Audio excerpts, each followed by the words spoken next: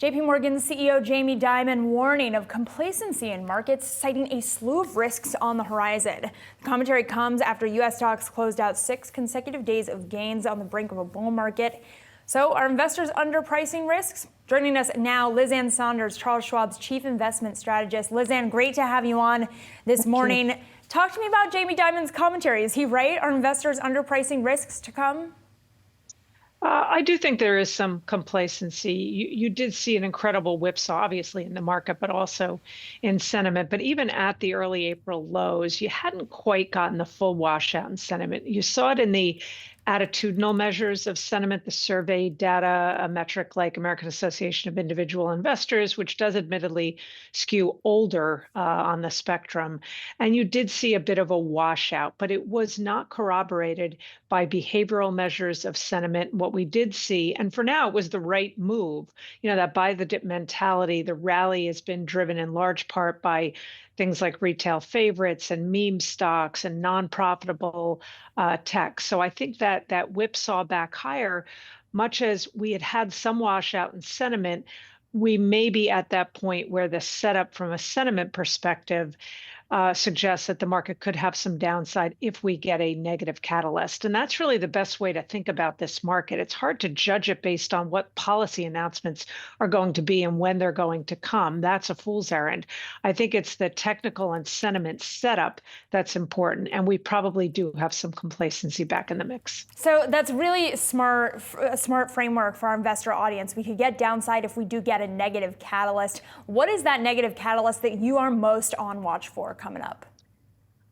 So it could be that the benign inflation data that we have seen simply reflects the fact that with postponements and delays, we have had, in terms of the inflation data and the reference period, the period through which we got CPI and PPI data, really only had an average effective tariff rate of 4%, maybe close to 4.5% versus the 2.5% that existed before. So not a big delta there.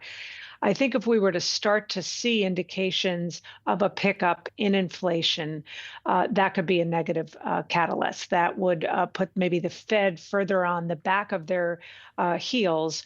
And/or I think probably the bigger risk, although I don't see it imminently, but on the subject of what could be a bit of a tipping point, would be a more rapid deterioration in the labor market, particularly given that that's what the Fed has the closest eye on right now. So at the economic level, I think those could be problematic. And we are starting to hear from companies, not Home Depot today, but Walmart raising prices. We saw it with Subaru today. So I think it's the feeder into the inflation side that represents maybe the most obvious near-term risk.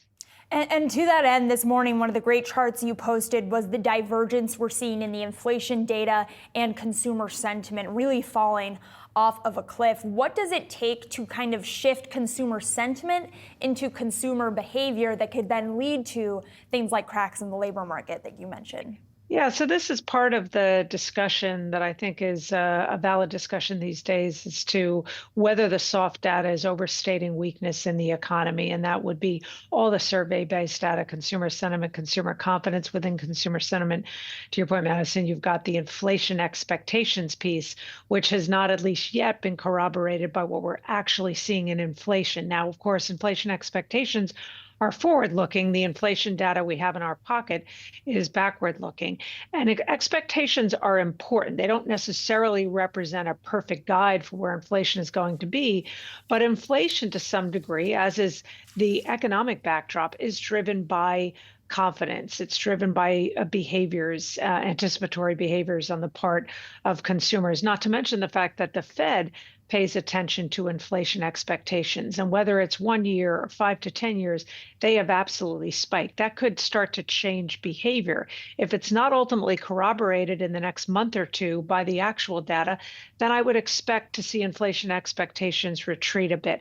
I think the most likely scenario right now, more broadly, in terms of the really weak soft data and the more resilient hard data, is probably a bit of a convergence between the two. Some weakening in the hard data, but maybe some improvement in the soft data, as opposed to one solely giving way to the other.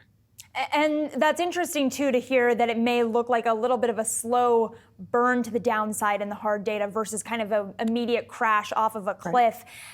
How do investors position for that? What does that sort of look like in terms of the action when it comes to equities?